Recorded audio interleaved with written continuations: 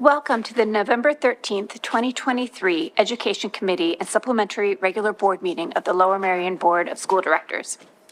This meeting is being live streamed and video recorded with sound for public broadcast.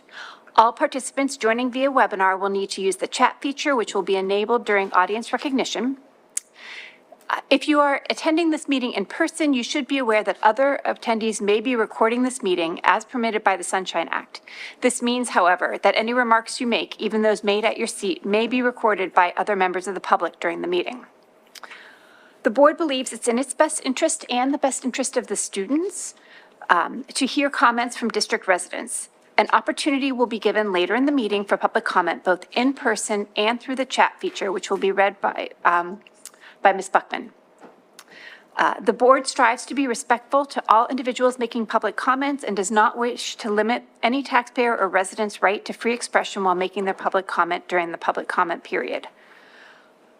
However, attendees do need to be aware that intentionally disrupting a school board meeting is considered a criminal offense in Pennsylvania.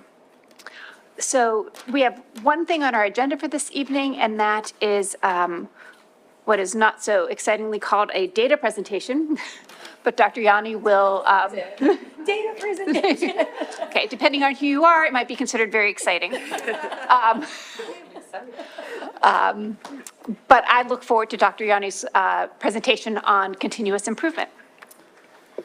With a build-up like that, I mean, what could be better? In front of you, the board has something that looks like this. It's sample assessment items.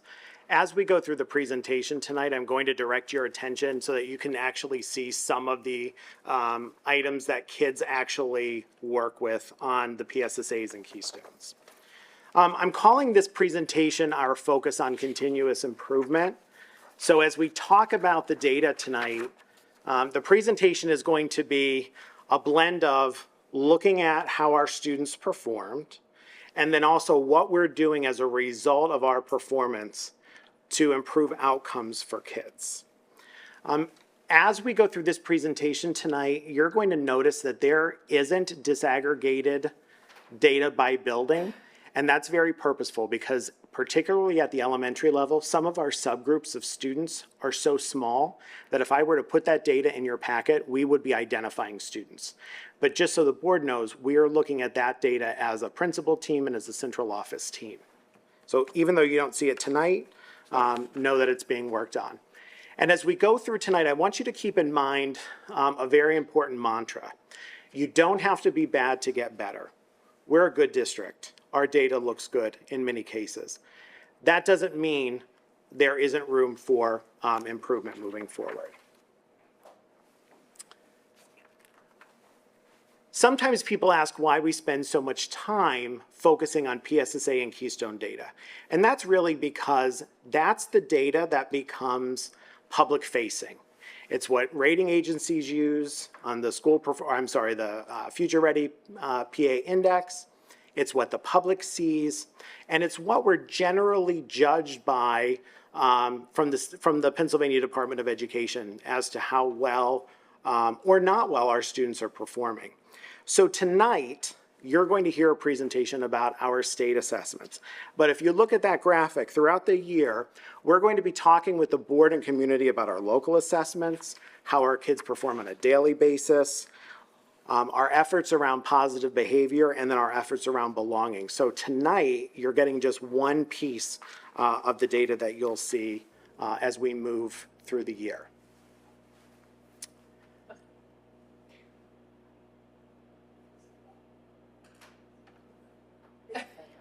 Oh, okay. I thought you were that excited. It's the buzz. Okay. So tonight, you're going to see how our students performed in terms of achievement, but also how our students grew. So we all know that on the PSSAs and Keystone, there's 4 levels: advanced, proficient, basic, and below basic. But for every tested subject from grades 4 and above, we get a PVAS score. And PVAS is not another assessment, but it's a measure of growth. And what we've been doing is taking our achievement and our growth and then developing some theories of action to make sure that we are improving conditions for kids that are not getting over the finish line, that are not getting over the proficiency line, and then also for kids that making sure that every single student grows at least a year in a year's time.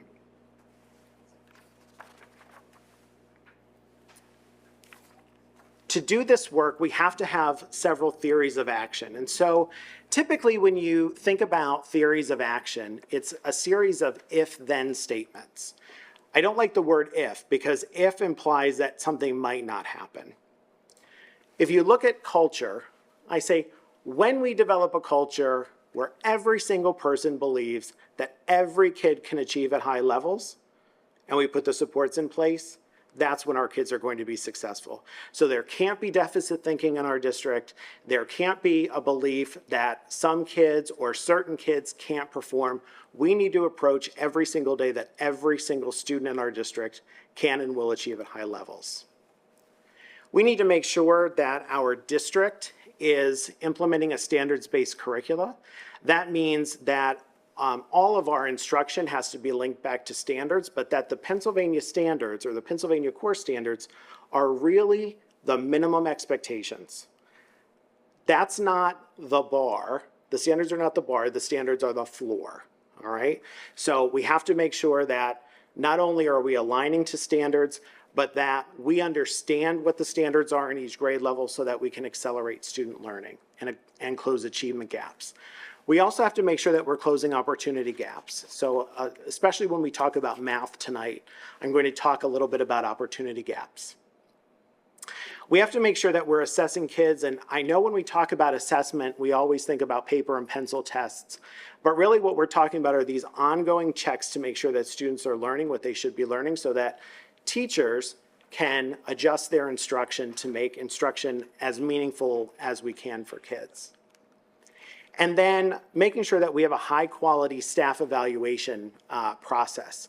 Last week, we kicked off our first set of instructional rounds at Kinwood Elementary using Harvard's model for instructional rounds, where all of our instructional administrators, our academic council, visited a number of classrooms and then came back together and talked about what were the strengths that they noticed in terms of instruction and what were some areas of opportunity, some things that we could improve. And in a couple months, we'll do a presentation on instructional rounds and you'll be able to see how the work that we're doing through instructional rounds is going to inform what we're going to call our Lower Merion learning model, where we put together in one comprehensive document what it is that we believe about teaching and learning and assessment, and that will serve as the backbone for everything we do.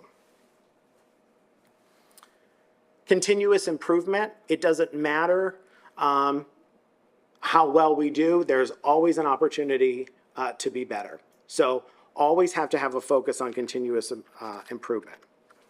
Same thing about leadership. So we have to make sure that we have the best administrators possible in position, because just like kids can't be great if they don't have great instruction, teachers aren't going to grow, and they deserve everything that we can give them. But if we don't have great administrators in place, great instructional administrators in place, it's going to be really difficult for them to improve.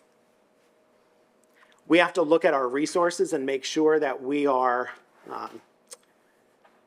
distributing our resources based upon how our students are performing.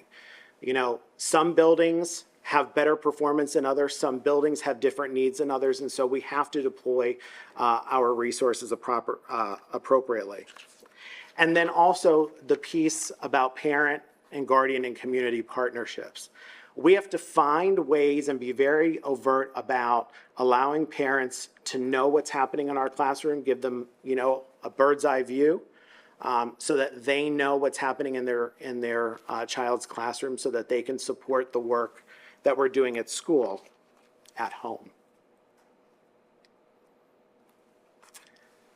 So let's get into some of the numbers here. So what you will see is that year over year, we see slight improvement in our scores across math, English language arts, and in science. The pandemic year, 2020, there were no state assessments.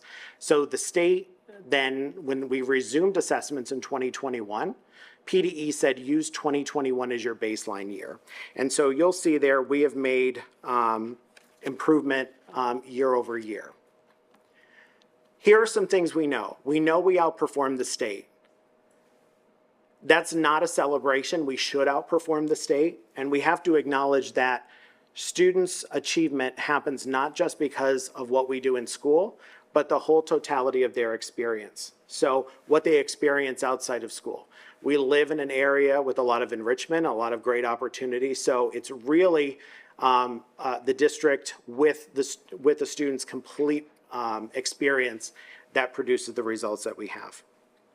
For the first time ever, the district had 95% of students taking the PSSAs. That has not happened before. So the higher percentage of assessments, the more reliable I think our scores are to look at where we need to do some work curricularly.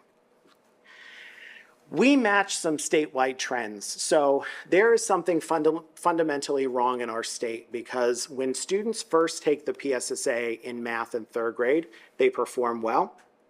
And by eighth grade, there are some subgroups of students that only 8% of students get over the proficiency line. So there's been a lot of advocacy over the years about changing that assessment. We don't see that level of drop over the years, but we see that our trends match the state. So when there's improvement across the state, we improve, and where there's regression, we regress a little bit. We just are now getting a look at other districts' data, and so what we'll be putting together for the board, we need to look at what I call our peer districts. So not necessarily districts of the same size, but the same SES, socioeconomic status, and relative stability of our student population. And so when you look at some of our peer districts, we're looking at Radnor, Unionville, Chadsford, we're looking at Downingtown area, we're looking at Mount Lebanon, Upper St. Clair. And so we'll be able to take a look at, we know we outpaced the state, how did we perform when we look at our peer districts? And we'll make sure that the board has that information within the next week or so.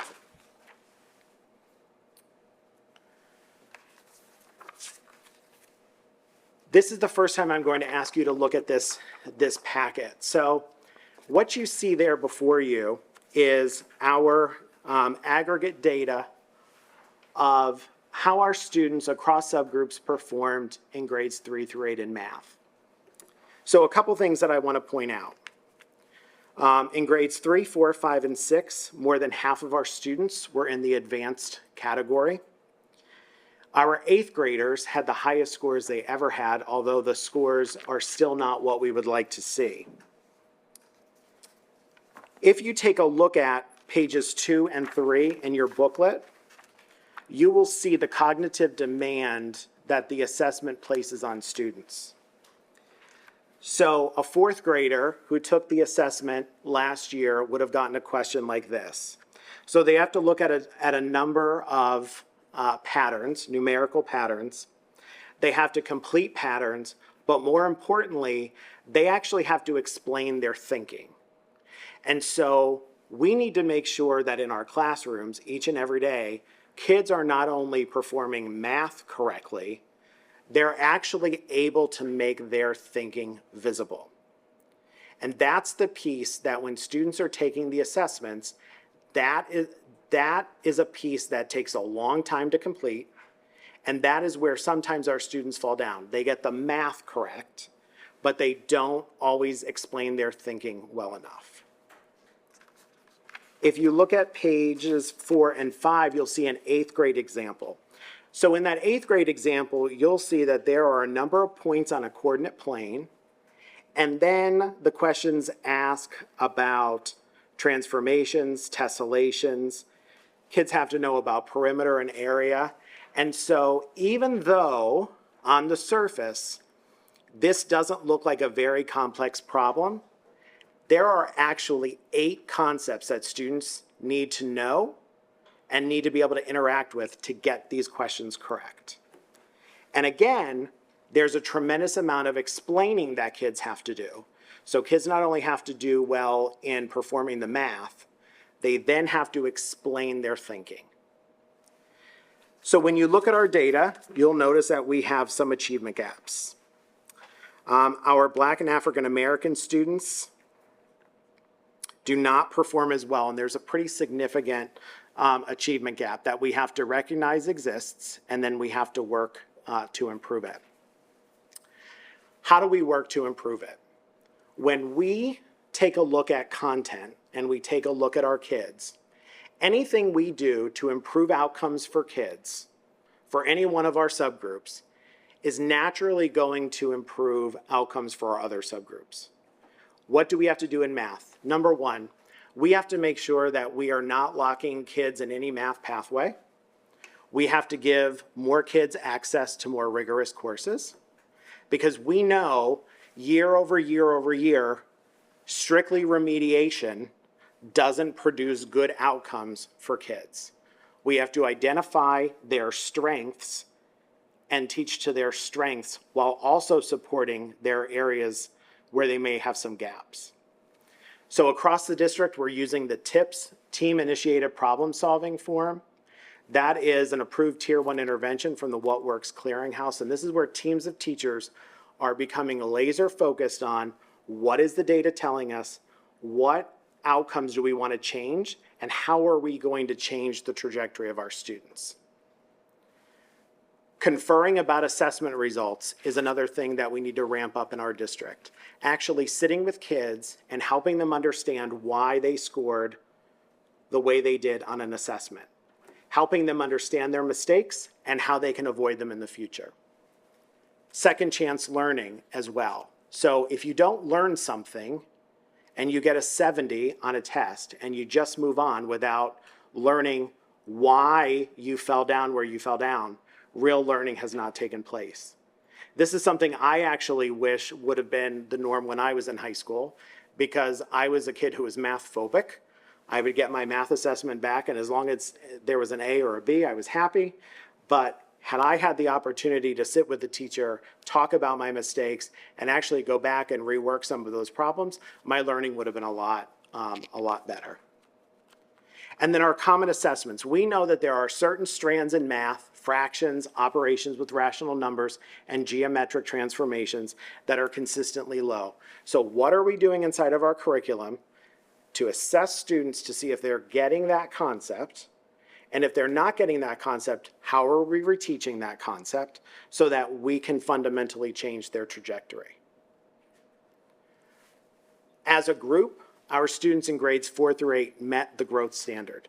So our kids are growing in math, but we need to accelerate their growth and accelerate their achievement.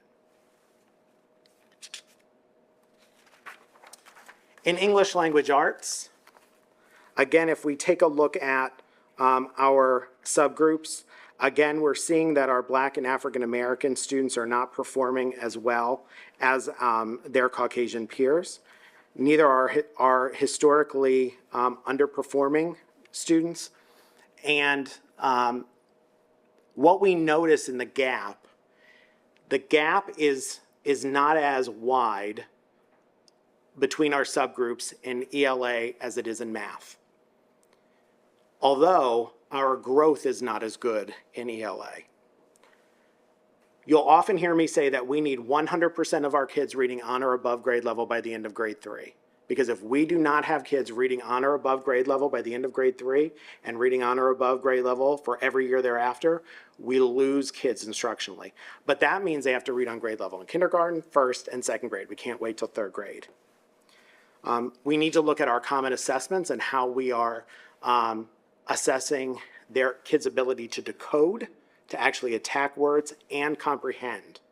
So the district did a good job last year implementing Foundations, which is a direct, explicit model for phonics instruction K1 and 2. It's producing good results. And what I'm confident in, by having a focus on improving our outcomes in ELA, getting kids reading more, getting better with giving assessments, and also making sure that students are reading all the time, not just during ELA, but that they're reading in math, they're reading in science, they're reading in social studies, we'll be able to accelerate how our students are performing. If you take a look at your assessment packet, looking at pages 6, 7, 8, and 9 is an example of what a fourth grader has to do on the PSSA. So if you think back to when we were in school, in middle school, we learned to write essays. And at that point, we were learning how to analyze and synthesize. Fourth graders, in this text-dependent analysis question, these fourth graders need to read 2 passages. So both of these passages are about the Everglades. And then they have to respond to a prompt. So it says, write an essay analyzing how the information in both passages support the author's statement that there are some things you do for the next generation. Kids have to use evidence from both passages. That's a really high-level skill for 8 and 9-year-olds because they have to take information from 2 different texts and put it together and not just restate it, but analyze what the author is saying. Our fourth graders last year, by and large, did an amazing job on the TDAs because that thinking that kids need to have in place to respond to a TDA, they write a TDA, text-dependent analysis, in fourth grade, but that thinking starts all the way back in kindergarten, thinking deeply about texts. If you look at the 8th grade example, so the picture of Minerva wove, and then the response. So this is only one passage in this example that kids need to respond to, but it's about theme. So how does the theme emerge? How does the author use text features? How does the author develop theme throughout the passage? Again, on the surface, it doesn't seem like a very complex task.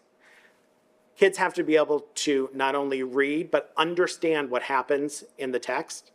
They have to know what theme is, and they can't just tell what the theme is. They have to show the scorers that they actually know what theme is by using textual evidence. So again, things that kids did when we were in school much later, kids are doing much earlier now. We need to make sure that our literacy materials are requiring the same type of cognitive demand that kids are going to see on these assessments. Not because we're giving this assessment, but because this is good evidence of learning. So we have to make sure that what we're doing on a daily basis with kids gets them to this high level thinking. And again, because this is high level, sometimes people will say, kids can't do that. Kids can do that. We have to teach it, we have to model it, we have to practice it. And then we go to science. A couple things about science. You've probably heard before that the fourth grade science assessment is largely a reading assessment.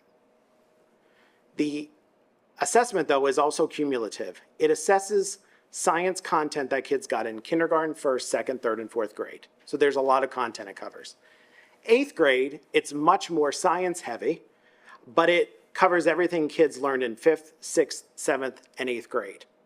So there's a tremendous amount of content that kids have to learn. Interestingly, our achievement gaps in science are far less than they are in math and ELA. Even though the readability of the science PSSA in many cases is more difficult than the math or the ELA assessment because of the technical terminology. What are we doing to improve outcomes? So we've added the STEM block for either 7th or 8th graders when it comes in their rotation. We've also started a STEM special at the elementary schools, and I have to tell you, I think most kids, if you ask them anymore what their favorite special is, it's the STEM special. I think part of that is because our STEM specialists at the elementary are so excited about what they're doing. And we're also looking at project-based learning, right? So how do we get kids actively putting their thinking to work. And in STEM, particularly in STEM special at the elementary level, it's very non-threatening, and kids are doing things that are really high level in their STEM special that they don't even realize that they're doing. If you look at your assessment, assessment packet, you'll see there is, kids have to, in fourth grade, they have to note some living and non-living things in this example. And then in eighth grade, they actually have to simulate, well, in their mind simulate a balloon rocket. So if you think about the way we teach, we want kids to be active. So if we're doing this balloon rocket, we're taking kids outside or we're taking them to a large group space and we're actually having them do it. To have to sit and think through this can be pretty difficult. So kids have to rationalize through what will happen and then respond to some questions. Again, really, really high level, which means we have to make sure that the cognitive demand of what we're doing in classrooms matches this, because this is what produces results.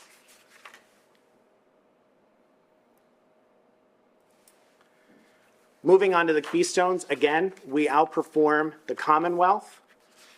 We need to look at growth, how our students grew in addition to their achievement. One of the things that you'll see as we look at the results briefly, we see that our students consistently far exceed the growth standard in the state for all three Keystone exams. Algebra 1, whenever they take it, biology, and English literature. Our Algebra 1 Keystones, I want to draw your attention to several things here. If you look at our students as a whole, we have about 77% of our students, the first time they take this assessment, they get over the proficiency line. If you take a look, though, at some of our subgroups of students, you see that the achievement gap widens a little bit. I think we really need to take a look at our math sequencing and make sure that we're exposing all kids to rigorous math courses, to make sure that in every math course that we're teaching, that we're stressing academic vocabulary and that we're really playing to students' strengths and not just looking at areas of deficit. If you look at the state average, there are some subgroups of students that barely have very few students get over the finish line. Interestingly, we have some students that take the Algebra 1 Keystone exam and are advanced or proficient, but are basic or below basic on the 8th grade math exam. Same kid, two assessments, widely different, vastly different scores. In your assessment packet, you'll see students have to wrestle through some equations and inequalities, and not only understand what inequalities are, but then actually use a subset of data and actually have to explain why certain coordinate pairs work and don't work. So it's really high level, and this is, of all the tasks that I put in here, this is a task that would probably be the one that would trip most students up, because it's really, it's not only a difficult concept, it's a difficult concept to explain, and kids have to do that in writing. English literature, again, our students perform fairly well. We're digging into some of our subgroups and some of our achievement gaps to see what we're doing to improve outcomes for kids. Again, if we are going to fundamentally change kids' trajectory, they need to be reading on or above grade level by 3rd grade. So we should be sending very, very few students out of elementary school with reading deficits. And kids that still have reading deficits in elementary school need to be getting very targeted, specific interventions to help them crack the code, because 95% of reading difficulties, it's not comprehension, it's actually decoding texts. And sometimes kids can read fine in English, but they go to science or social studies and they cannot attack those texts. And in biology, again, we exceed the growth standard. Biology is an area that the state has struggled with tremendously since the pandemic. Our students overall performed really well. And for those folks that might be watching the presentation, we went over a lot of this data in CCOB, the curriculum committee, so we're not going at a granular level.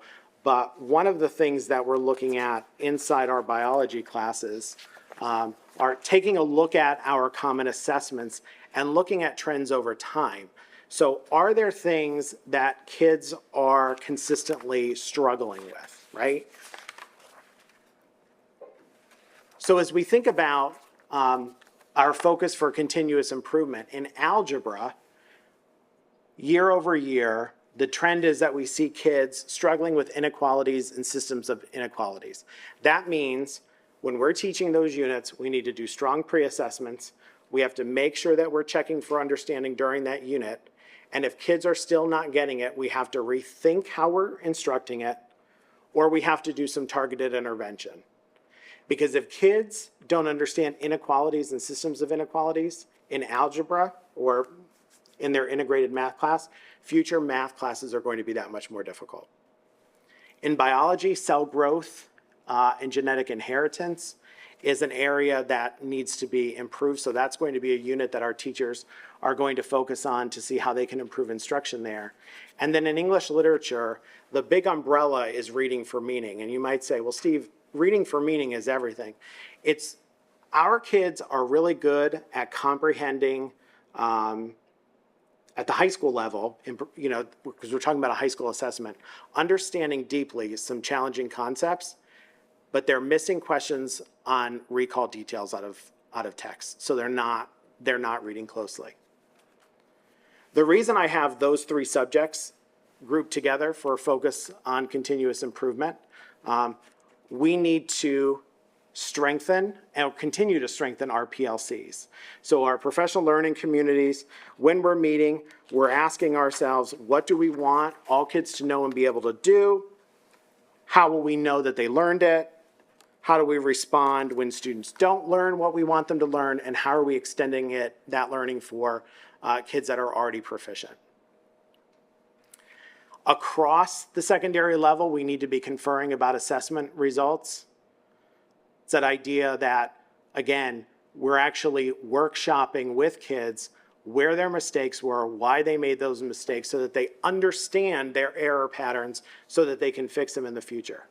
Second chance learning, and then looking at common assessments. So making sure that we have a guaranteed experience across teachers and across classrooms and units. And then taking a look at our curriculum and making sure that our curriculum is tightly aligned to the standards. And that's something not just at the high school level. I've had the opportunity to stop in on multiple days when our curriculum team was working with groups of teachers and really looking at student data and looking at how much time we're spending on certain parts of the curriculum to see if we're stressing and putting stressing the importance of certain topics and making sure that kids are performing. Bottom line is we need to know every kid by name, strength, and need. So our district, we might have, over 8,000 kids, but each of our schools, each of our learning communities are of the size that we need to know kids by name, strength, and need. That means we need to know what their strengths are so that we can play to their strengths and attach new learning to their strengths. And then when kids are struggling, we can't wait for them to fail. Waiting to fail is not an option. So we need to intervene early to make sure that we don't set kids up for failure because they get into an instructional hole that they can't work themselves out of. This presentation, along with CCOB, the CCOB presentation that has a lot of data. We're working on a new part of our website, thanks to Ms. Buckman, called Making Practices Public. And we'll make sure that all of this information is there so that the community can see not only these global results and what we're doing for continuous improvement, but also all of our more granular data. What you will see over the next couple of years is I am confident that as we do instructional rounds and we develop our leadership team to become better and better and better at supporting teachers and recognizing good instruction, and that we're growing our teachers and we're growing our teacher leaders, I feel confident that we're going to see improvement.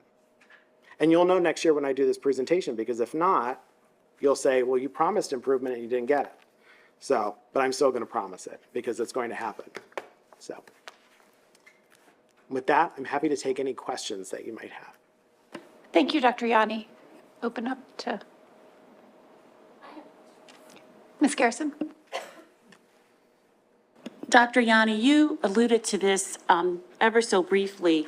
A significant number of our students in Lower Merion receive a lot of enrichment and tutoring. Can we come up with a way to sort of level the playing field for those parents who do not have the financial wherewithal to pay for Kumon and Mathnasium and, $150 an hour for a private tutor? I know that you can get the practice PSSA. Are we letting parents and students know that these things are available to them and they could practice these things in the summer or holidays or whatever to try to bolster their scores? Because I don't think it's an issue of inability. I think that just not getting enough practice as other people are. Sure. Let me answer that in a couple ways. So we can absolutely make some of these released items public so that parents can see the types of questions that kids are asked. There are some districts that opt to buy test prep materials and actually spend time doing that. I wouldn't see us doing that in our core courses. What I see us doing is integrating some of this stuff naturally into our good teaching and learning. But then also, there's some amazing things happening at Lunch and Learn and advisory and at Win Time. I think what we need to do is capture some of that really good practice and let other people see that really good practice. Because what I need at the elementary level is a time specifically for teachers to work in small groups with kids on areas of focus. Advisory and intervention and enrichment, again, and Lunch and Learn, those are times during the school day. So transportation isn't a barrier, missing something else isn't a barrier. So there are so many people that are using that time really, really well. I think we have to highlight that and make sure that more and more people are using that time really well, because that's a natural place where we can accelerate students' learning. Because I agree, I don't think some of our scores that I consider to be a concern are a lack of inability. I think it's just making sure that we're more intentional, exposing kids to the type of questions that they're going to be asked. Yes, I agree. And I think also exposing the whole family so that the family can try to attack it together. Also, even though it's not in this report, I did mention this to you previously in reference to the PSA or people that practice SAT. It is not a practice SAT, and those who know the real value of it could take advantage of it because they've been practicing since 7th, 8th, and 9th grade before they had to actually take it. And some of the other people who are not scoring as well didn't know, I could potentially get a scholarship if I do well on this quote-unquote practice SAT, in addition to those who would be considered for the Merit Scholar. So again, I think we need to be more transparent about what some of these tests and assessments really are for. And this will be a great section that we can add to making practices public. So Ms. Buckman will be very busy adding some things to the website.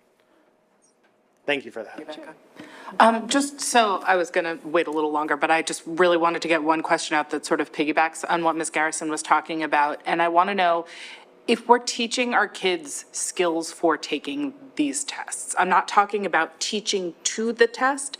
I'm talking about teaching how to take a test, because that is a real skill. Reading these questions, getting at what they're doing, learning how to pace your time, learning like what you're going to encounter so you're not freaking out, learning how to calm yourself down if you are freaking out. There's a lot of practical things, ways to prepare both emotionally and intellectually for the skill of taking a test. Because let's be real, these tests are skills. And one of the things that they are testing beyond the other things is how quickly our students can do this, if they can get it done in a specific time, which I won't complain too much, but I think a speed test for when we're trying to measure ability is bad test writing, but that's the end of my soapbox. I think that's an opportunity for us to incorporate even more of that sort of metacognition for kids as themselves as test takers, right? Because the real world also has tests, although they might not be paper pencil tests. So we have to teach kids, just like we teach them how to study or we teach them how to take notes, there is merit in teaching them how to be a good assessment taker. Absolutely. Like when you think about when you got this job, you had to do an interview. So when kids are in college, we teach them how to interview. This is a really parallel skill early in their education, and I think that there's some real merit in focusing some class time on that. Thanks. I just wanted to take a moment to actually lift up the intentionality of how you disaggregated the data and the key takeaways that you've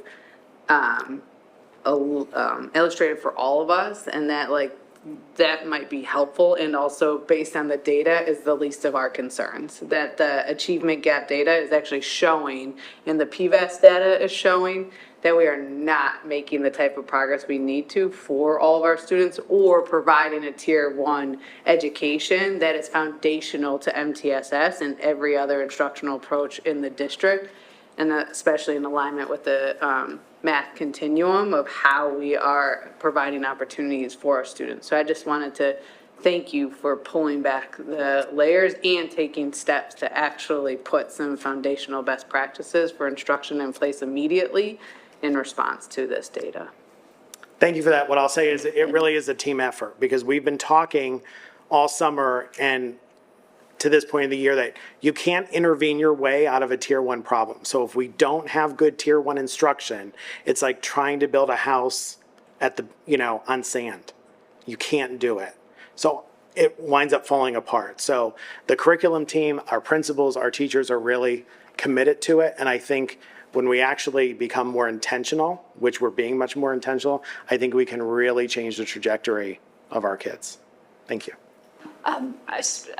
Excuse me, Mr. Lee and Ms. Robinson are participating via phone, and I wanted to give Mr. Lee the opportunity to ask a question. Thank you. Can you hear me? Yes. Okay, great. Just one quick note and one question. You had mentioned the 8th grade PSSA and how the scores tend to drop. One of the things to note is that the tests for each grade level, the PSSA, are not calibrated to be of the same level of difficulty. And it's been a few years since I looked at it, but there's a nationally normed assessment called the NWEA Math, and they did a crosswalk of their assessment to the PSSA a few years back. And they found that the 8th grade PSSA Math, just that one test, is unusually difficult, that you actually need to be at like the 83rd percentile nationally to be proficient on that exam. So just something to put additional context to the 8th grade specific course. You had mentioned that we're seeing some, for the kids that are taking algebra in 8th grade, that if they're taking they might be proficient on the algebra keystone, but then scoring basic or below basic on the 8th grade PSSA. At some point, we switched to integrated math, right? a few years back. Is that happening in 8th grade? Dr. McGloin, integrated math? It is, it depends on the students though. So we have students taking a couple different courses in 8th grade. So some students are taking integrated 2, some students are taking integrated 1, and then we also have a math 8th course. So there's 3 different offerings at that level, at that grade level. Okay, am I imagining, or maybe I'm mixing up things, but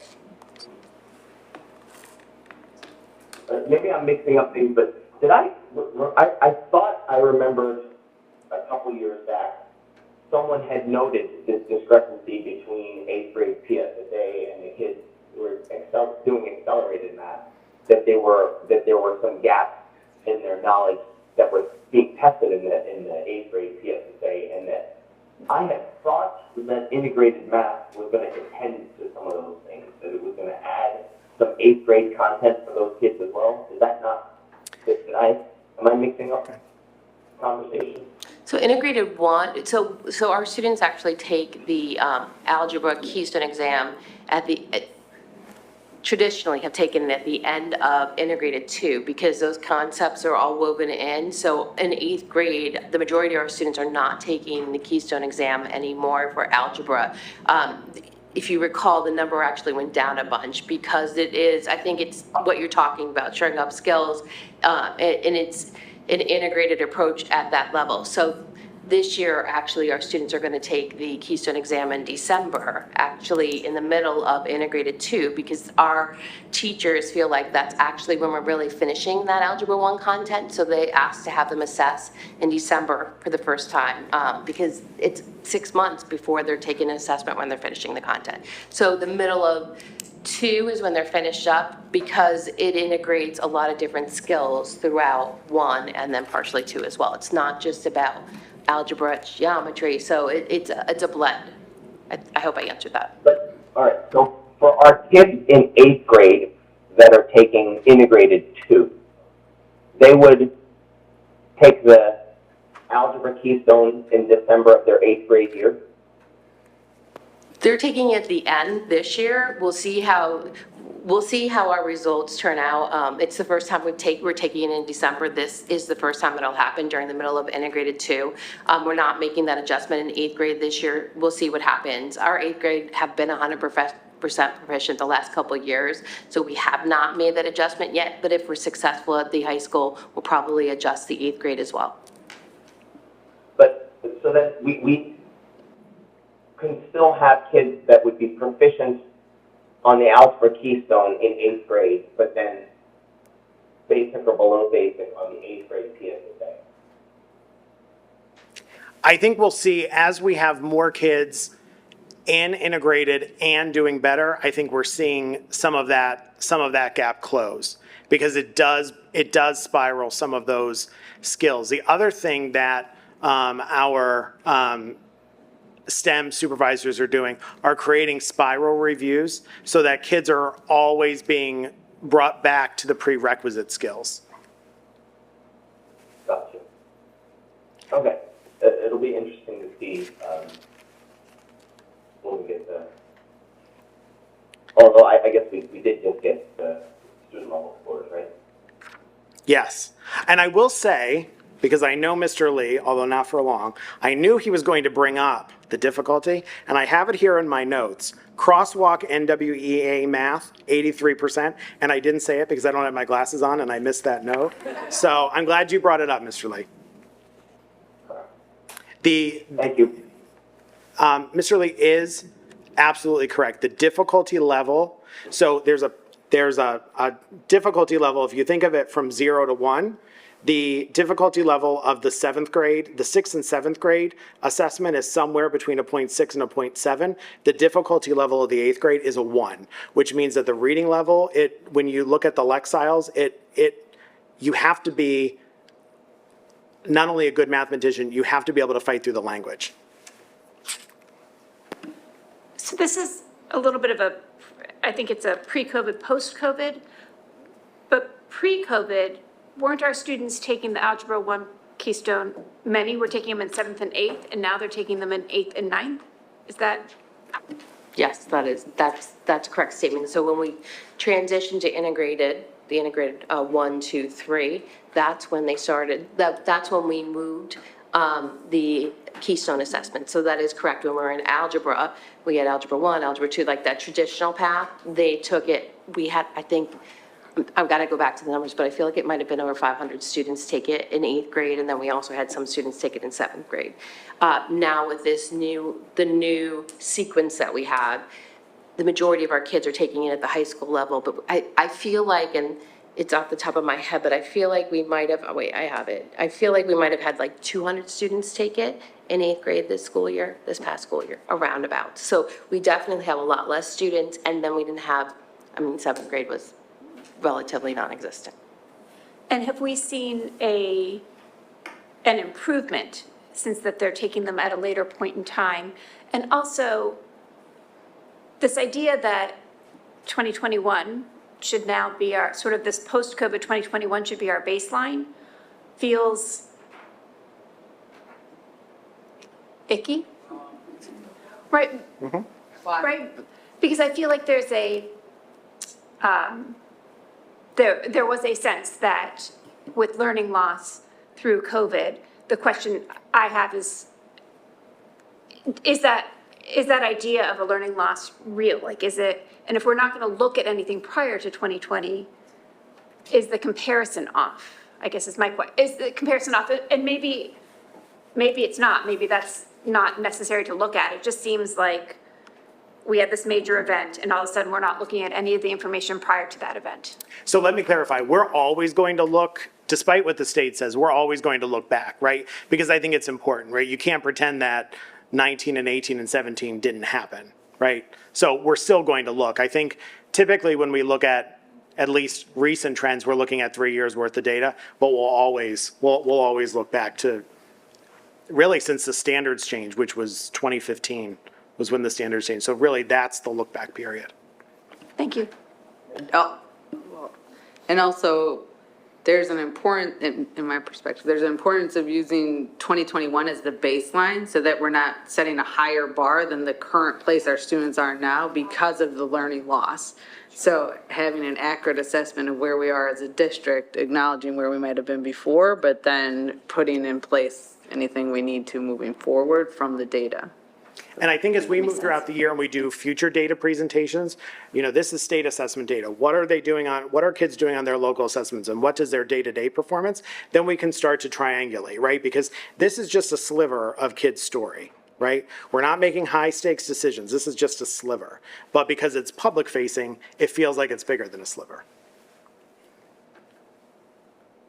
Dr. McGloin, I'm going to address this question to you because I'd asked this about a year ago, and this is going back many administrations, but I do remember this number where we had 66% of the district receiving outside enrichment and or tutoring.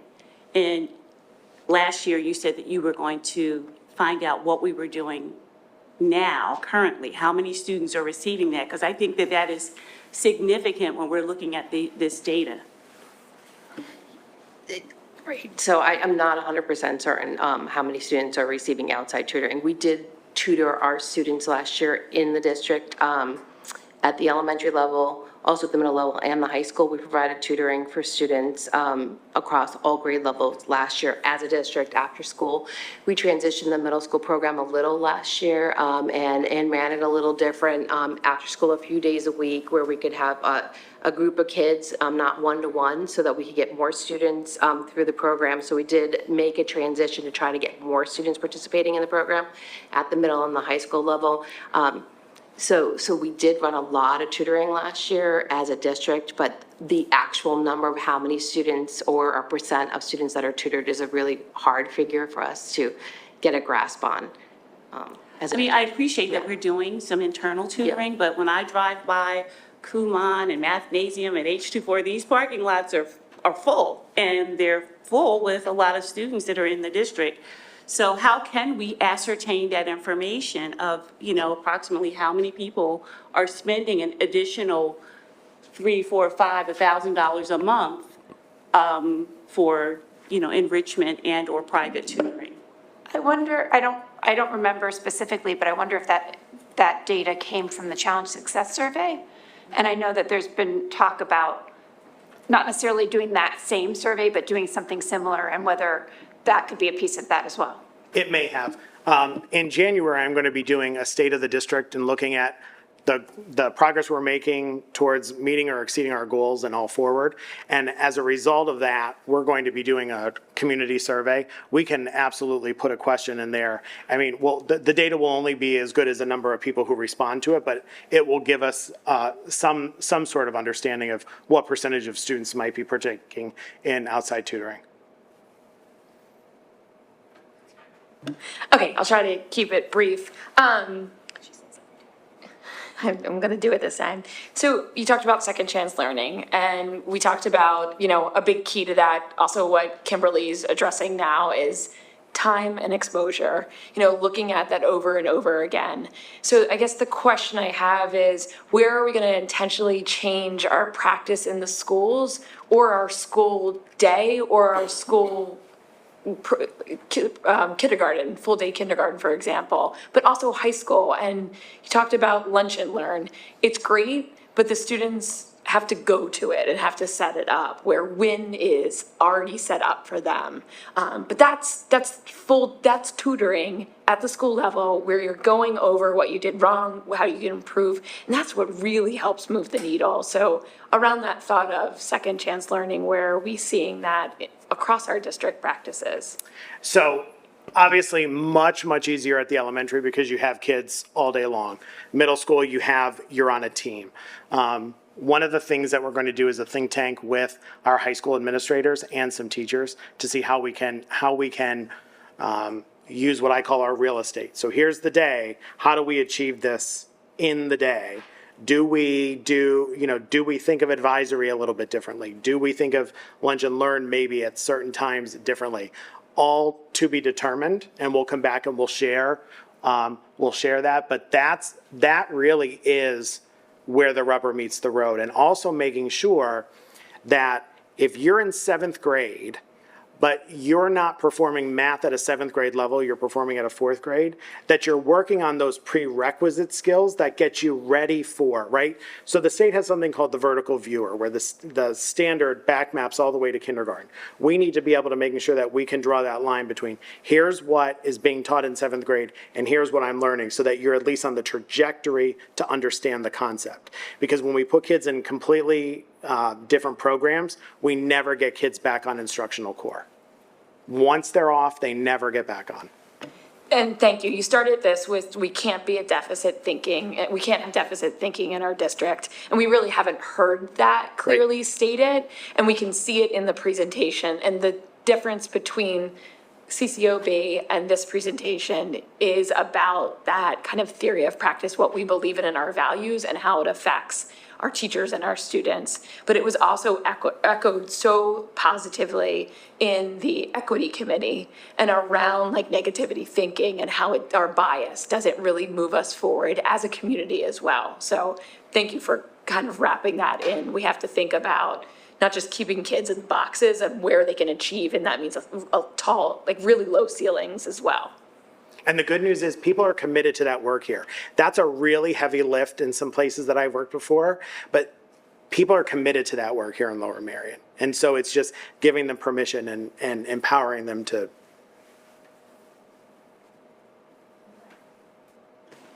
Just using your example, if you have a 7th grader and they're doing math on a 4th grade level, then we have failed that student.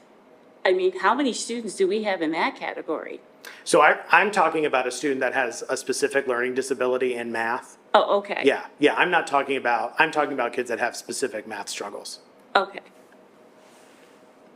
Ms. Schaffmeister? You go ahead. I'll go.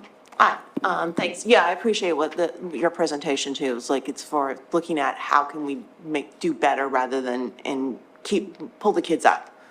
But I was wondering, we talked a lot about math, and I wanted to go back to language, because I did notice special ed was pretty low on the ELA, and I'm wondering with that, because you mentioned about the thinking response versus the understand, and And I was wondering, how much is that going back to a foundation of understanding of grammar? Because the complaints I've heard from students is like, I get feedback back, and it's not concrete like you can with math, but they don't really understand what the teacher's telling them is that they need to correct. And I wondered, how much is that, is it, how they can do that better? So that's something, I mentioned I had stopped in a couple curriculum days.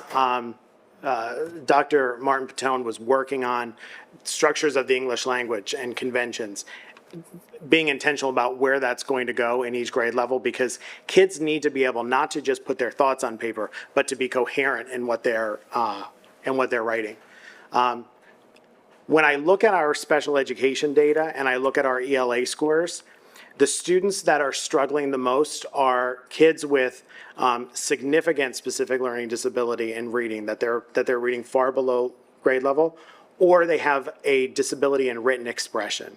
And so it's the unlocking of the actual writing. So that's where we have to think differently about supporting some kids. How do we unlock that? And how do we continue to model what it is that kids need to do so that we can accelerate them along? Okay, I kind of want to go back to the beginning of your presentation where you said something and it sort of stuck in my mind and I can't remember exactly how you phrased it, but you were talking about specifically the achievement gap with our Black and African American students.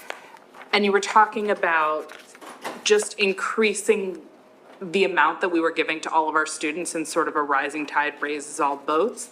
And while it's absolutely true, what I'm concerned about is that that would just sort of raise the gap up, that doesn't close the gap, it just changes the placement of the gap. And so I'd really love to hear a little bit more about if I'm interpreting that correctly, if, like why you feel that way, and what we're doing, what you think we should be doing differently specifically to address that, because obviously we've been working on it for a long time, everybody's working on it a long time. It is not an easy problem to do, And I just want to be clear, when I'm looking at achievement gaps, I'm not just looking at one subgroup of kids, I'm looking at all of our subgroups. And there is that risk that when you get everyone to improve at the same rate, you just keep the gap, but you just move it.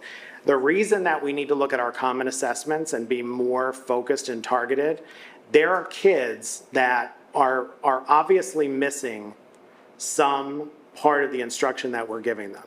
And if we don't have a really good assessment system in place that we can pinpoint that, we're not able to help change their trajectory, right? So one of the things that the district has done is put foundations in K-1-2. Right. That fundamentally is going to change the trajectory there around structured literacy. What we have to make sure, though, is that when kids go to third grade, if they're still struggling with phonics and phonemic awareness, that we don't stop giving them that instruction, that we have the ability to continue that, right? Or that we have the ability to work with small groups of students that might have skill gaps or skill deficits so that we close those gaps in earlier grade levels, so that as kids matriculate to the middle school and the high school, we're not still dealing with the same skill gaps. So basically it's a drilling in on the level 1 and the level 2 on MTSS, really strengthening our, I sort of, in my brain, I think of it like a rubric for behavior that our professional staff is doing, like, okay, I have this, I have this, I have this, I have this situation, then I do that. That's 10% So we of have how to I look address at this like issue. how, like across elementaries, how do our 6 elementary schools perform? Then how does each one perform? Then how does that grade level perform? How does the classroom perform? How does the student perform? Right. So again, name students' name, strength and need, so that we can get at any type of struggle kids have as early as possible. I mean, and listening to you say that and thinking about the way my kid in elementary school and her friends function, I think maybe even inviting our students to identify their strength and need with their, like as part of a classroom activity with their teacher really can help build that confidence and self-esteem as someone who didn't go directly into a STEM field because no one ever told me that I could be good at English and at biology. That like having that opportunity to say, yes, I'm very good at this, and also I need help in that, and you can sort of see that relating to other kids in your class can sort of also help destigmatize it while making it a thing that's just sort of part of everybody's practice. And as we develop the Lower Merion learning model, those are the types of things that are going to be in it. Conferring with kids, getting them to identify where their strengths and areas of opportunity are, right? Because it's metacognition, learner seeing themselves. Yeah, and I think framing it as area of opportunity and need as opposed to weakness. Right. Like we always think of those two as balanced, and nobody wants to talk No. about their weaknesses. No, that's why you'll always hear me call it an area of opportunity. Yeah, and I think that's a real good sort of thing that we can, terminology, we can bring, verbiage, we can bring down to our students. Thank you. Mr. Fetterman? Thank you. Dr. Yanni, just a more broader question in following up on Shayna's earlier question about test-taking ability and whether these PSSAs or the Keystones, whether they fundamentally accurately measure academic performance or what they're trying to measure, and whether there's built in to the whole testing any type of bias to begin with. And so, and the second part, or third part of that question is, to what extent is our curriculum focused on the test taking? And does that coincide with our overall curriculum goals, if you understand what I'm saying? So the reason we have to look at more than just state assessments, we have to triangulate how kids do. So how do they do on these assessments? How do they do on classroom assessments? How do they do on a daily basis? That helps us understand their performance. There is inherent bias in all of these assessments. None of these assessments are bias-free, right? And so that is another thing. Unfortunately, this is how we're judged by the state. So we have to go into looking at, into the process of looking at results, knowing that there are some things that are outside of our control. What's the other question? I'm looking at the chart. You all right? Who are the historically underperforming? Who is that group, and who are the economically disadvantaged people? Who are that? So there's intersectionality. So students can be part of more than one group. Okay, So historically underperforming would be sometimes our minority students, it would be sometimes our special education students, it could be our English language learners. There's a lot of intersectionality. So kids can be part of more than one subgroup. okay. 'Cause Economically disadvantaged would be those students that qualify for free or reduced lunch. Okay, And those are state Yes. defined groups. Yeah, state-defined groups. So it's- and you can't, even with the historically underperforming, break it down into demographics? Because I think that will tell us something else additional. Yes and no. We can do it. It's a tedious process because we don't always get we don't get that level of state report from the state. We're limited on what we get, but that is something that we're digging into, because if there are kids that are double counted or triple counted across subgroups, that also skews the results. Right, right, because what tends to happen is people automatically, as a default, say, oh, Black and African American, well, those are the historically underperforming or the economically disadvantaged as a group, and that's why I think we should disaggregate that data as well, so people can really see what we're talking about.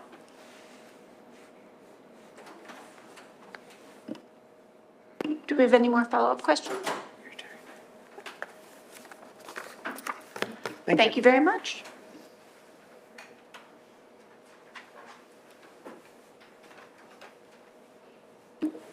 As we move along our agenda, we have no added agenda items for the evening, so we'll move to audience recognition. At this time, I should actually start by saying thank you. Take a step back, move on. So at this time, the chat feature will be open and you'll see a 10-minute timer appear on your screen. You can submit your comments and or questions via the chat feature if you are at home watching this presentation. Please be sure to begin with your full name and where you reside within the district in order for your comment to be shared. That is true for both in-person comments and online comments. Ms. LaPera, do we have?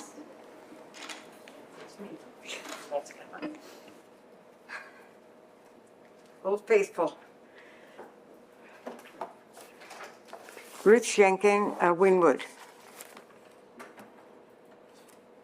Remember the days when we didn't take these tests? We just graduated? Or the school teacher gave us a report card and that's what counted? First, I have first thing I want to talk about is Oakwell, my little Lorax thing here. Stewards of the earth is what we want our students and our people to be, not destroyers of a wonderful ecosystem.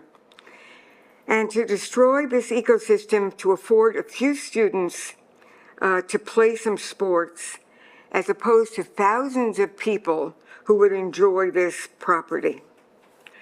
Number two, lights on Arnold Field, destroying the night sky and the migrating birds, again for sports, which can be played in the daylight as it has been forever. Number three, the time change for high school students who won't go to sleep any earlier and won't sleep any later. They'll just spend more time on their screens. And who will help them when they get to college, and who's going to make time changes for that? And all of these things cause us to neglect the full-day kindergarten because we say we have to do this and we have to do that and we have to do that and we only have enough money for these few items. When you talk about the achievement gap, you're forgetting about full-day kindergarten. These are the students who do not go to pre-K, they do not go to private kindergarten, they go to babysitters, and they miss out on the colors and the letters and the name and writing. And when you really want to close that achievement gap, you need to put in full-day kindergarten. The 3 hours a day is not enough. There's no lunch, there's no playtime, there's no special attention to any kind of issues that are going on. Thank you. Thank you, Ms. Jenkins. And that's all I have for in-person comments. Buckley, I'm sorry.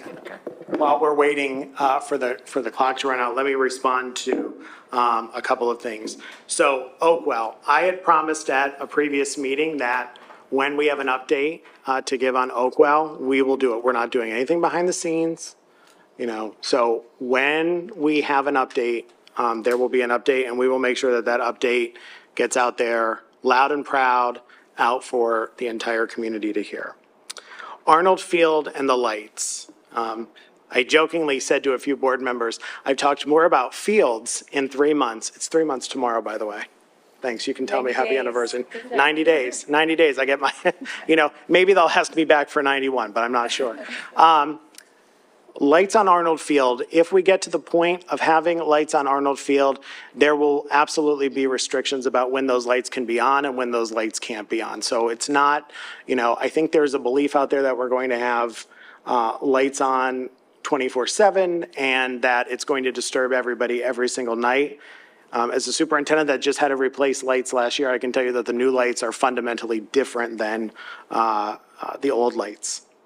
The time change, we're moving forward with that. Whether it impacts kids beyond K-12, I don't know, but we're going to do some pre and post survey data to see what kids' sleep hygiene habits are now, and then we'll do it again next year so that we can see if there's any change. And I can tell you, no one's neglecting full-day kindergarten. We have been working on a number of things to make sure that barriers that exist to student performance are changed so that, you know, we don't let things stand in our way. I will tell you that we do have extended day kindergarten. I know it's not universal full-day kindergarten, and I don't want anyone to mistake that I'm saying that that replaces the need for full-day kindergarten. But there is full-day kindergarten, or there's full-day programming for kids that need it right now. One thing I will say, when we think about achievement gap is affected, yes, by early intervention, but we also see achievement gaps start to widen once kids are done with fourth grade. So, having a longer day in kindergarten might be one strategy to improve that, but it's not going to be the only strategy that we have to look at that achievement gap year over year. Thank you, Dr. Yanni. Ms. Buckman, I know we still have a few minutes left if people are still typing, but do we have any online comments yet? Yes, we have two comments in the chat. The first is from Catherine Kurtz of Narberth. She writes, I am very concerned that the board take another hard look at Oakwell and save it as historically and ecologically for all residents. Please act for the sake of all of us to preserve this special place. The next comment is from Michelle McGill of Ballackinwood.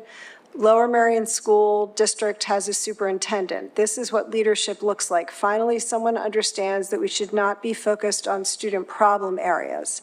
Do we have any updates on the student recommendation process for the 8th grade? I am under the impression that we are designing a new plan for this school year. This process continues to be problematic for many students.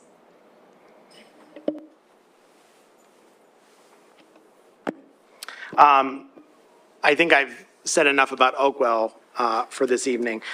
Regarding rostering classes, we need to make sure that all of our processes for rostering students from one grade level to the next or one course to the next are objective. And so we're going to need to continue to take a look at that, because we're not going to serve students well if our processes aren't as objective as possible. So that's why we have to triangulate some data. How do kids do on assessments? How do they do on day-to-day work? And then also, ultimately, if a student is placed in a class or recommended for a class and the parent or guardian caregiver wants a student to be in a more rigorous class, parents have that right. And so we have to make that process more overt and more clear.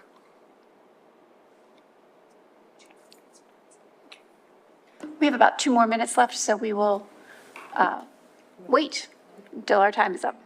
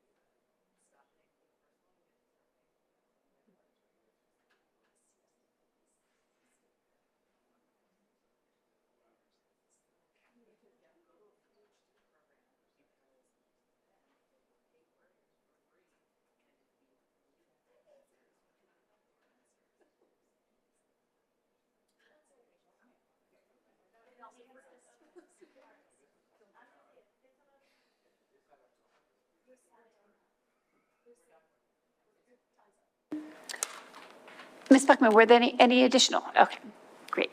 Thank you very much.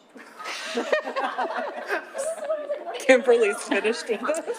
I'll end the meeting with upcoming meeting dates.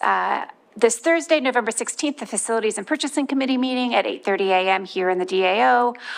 Next Monday night, November 20th, is the regular business board meeting, again, here in the DAO at 8 p.m. On Wednesday, November 29th, is the every other month Communications Committee meeting, which will be at 7 p.m. via Zoom.